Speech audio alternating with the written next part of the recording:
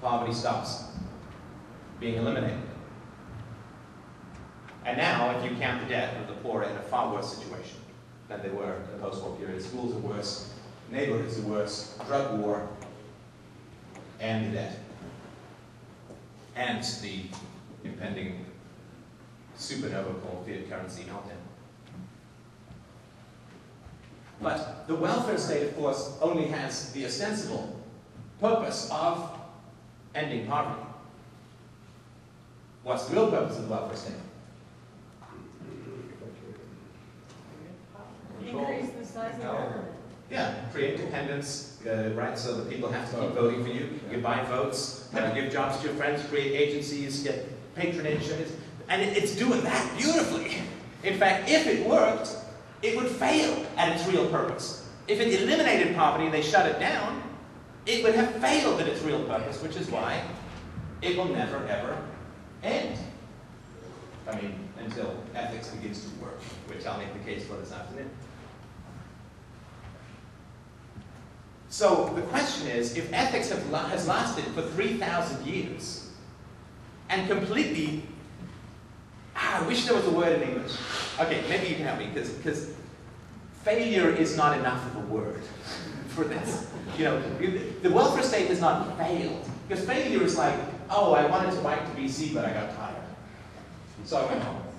I mean, there's no smoking economic crater, there's not millions of lives dragged into an underworld of perpetual poverty, there's not the death and failure and hopes of an entire generation. What do you call it when something fails so bad? Catastrophic. Okay. Epic fail. Epic fail? Yeah, but that doesn't, like, that's a boat turning over. This is like, there's no word, is it? There's no word. Of course, the language is just another government program, so there's no word to describe government programs accurately. But it is a complete catastrophe. Yeah, anyways. Anyway.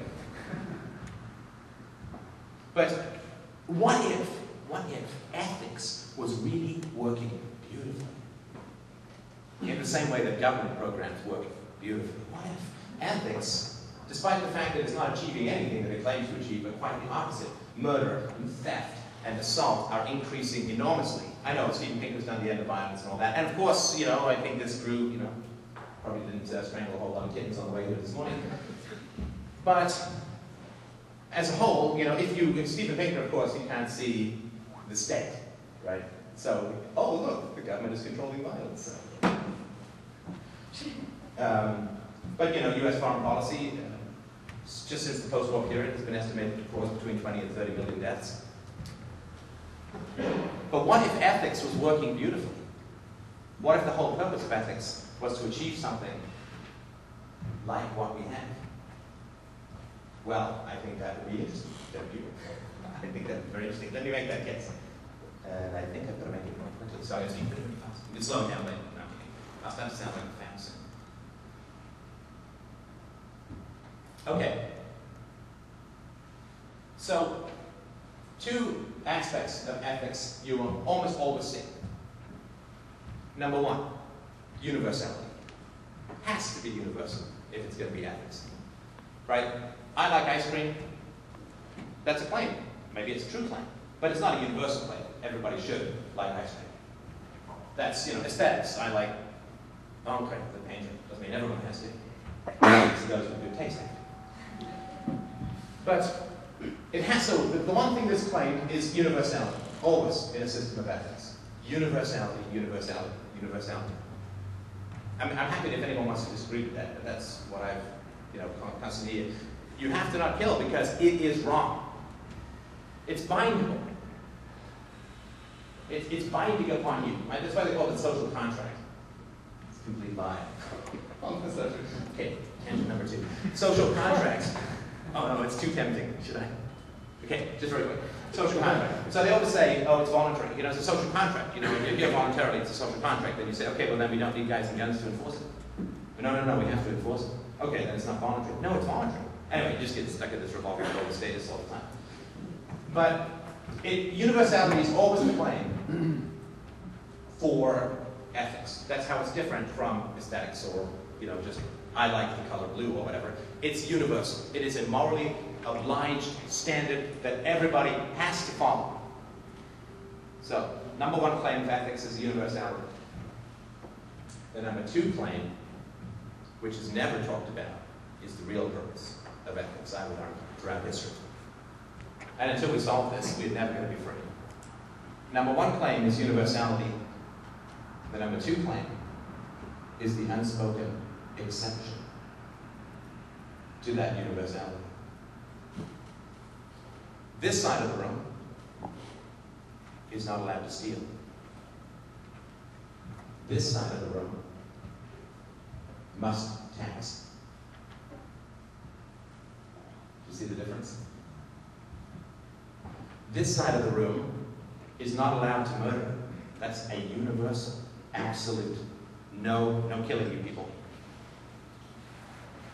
This side of the room is a heroic group of people in costume defending their country. This side of the room gets a cage if they kill. This side of the room gets a pension of medals if they kill. Universality and the exception that is never talked about. I would argue that ethics was not invented to make us good, but to make evil more profitable. So let me give you a thought experiment. Pretend there are no thieves in the world. No thieves in the world anywhere. And then you wake up one morning and you're like, hey, you know what? I could just take stuff. Ooh, that beats going away. How easy would it be to be a thief if you were the only thief in the whole world? Sorry? Well, nobody's even heard of thieving, so how would they hold you to account? Nobody's got any locks. Nobody is even worried about they just leave their stuff lying around. Because there's no thief. There's no thieving. No locks on the doors, no password protections, no just leave cash all over, they don't, right? That couldn't happen because we're all mammals. No, I agree. That's why I said it's a thought experiment. I'm not saying this actually happened. But by this afternoon, hopefully we'll be mostly there. But if you were the only thief in the world, you'd have a pretty easy time with it, right? Not for long, because when you put the replicator, because you only take the primates. Yes, let's pretend we're not primates just for a second. Just for a moment. But I mean, what you're saying is exactly right. So, if you're the only thief in the world, it's great. You can just wander around picking stuff up and people say, man, I guess I lost something. Never heard of thieving. Maybe the space aliens are beaming it up for examination. I'm sure they'll put it back soon. Then why would it be called thieving if no one knew about it? Well, no, that's why I'm saying it's just a thought experiment. But you understand that if you were the only thief in the world, it would be great. You could just go pick stuff up and you'd never have any repercussions. There'd be no legal system around thieving. There'd be no punishments because people wouldn't even know about it. But of course, you're right. What would happen is people would say, wow, that thieving is completely easy. So you get more and more thieves. Until people went, wait a minute, I didn't just lose that. That guy's wearing it. And then people would say, oh crap, we've got thieves.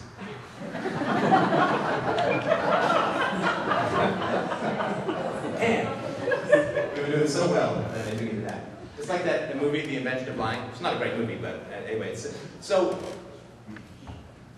more and more people would become thieves, and then people would say, oh crap, we got this overhead now. I gotta buy locks, alarms, I gotta have a police force, I gotta have courts, I gotta have jails, I gotta action kids about not stealing, whatever, right? And then what would happen is the value of being a thief would go down over time, because people would take defensive measures, you'd get punished, and this and that and the other, right? But here's the point. If you're a thief, and you're a really smart thief, this is my argument for the origin of ethics. If you're a really smart thief, your first job will be to convince everyone else that stealing is wrong. Universally wrong. Not wrong like aesthetics, not wrong like personal preference, but stealing is really bad. You'll go to hell, you'll burn, you'll be unhappy. You will harm your soul. Nobody should steal. And then if you can create an exception for you,